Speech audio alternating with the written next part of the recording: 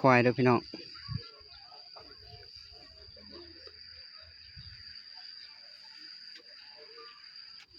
ขาย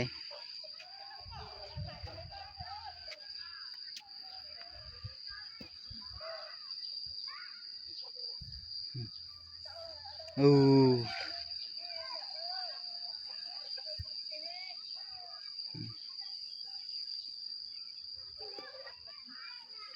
ราคา10 ล้านพี่น้อง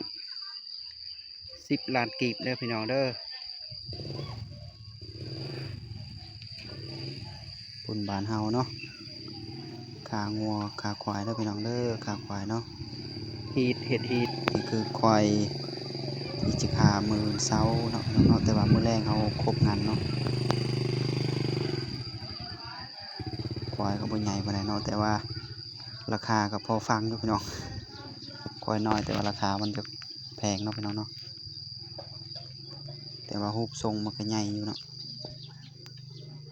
ราคาบ่ได้ต่ำๆได้พี่น้องชนี้นะ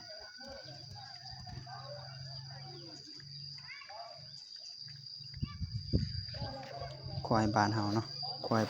พันธุ์พื้นเมืองลาวนะพี่น้องควายพันธุ์ธรรมดาเนาะ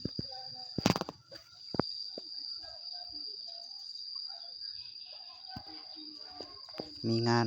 แมลงเนาะพี่น้องเนาะแมลงงานเนาะครบงานแมลงเนาะมื้ออื่นเช้าแม่นสิได้เนาะ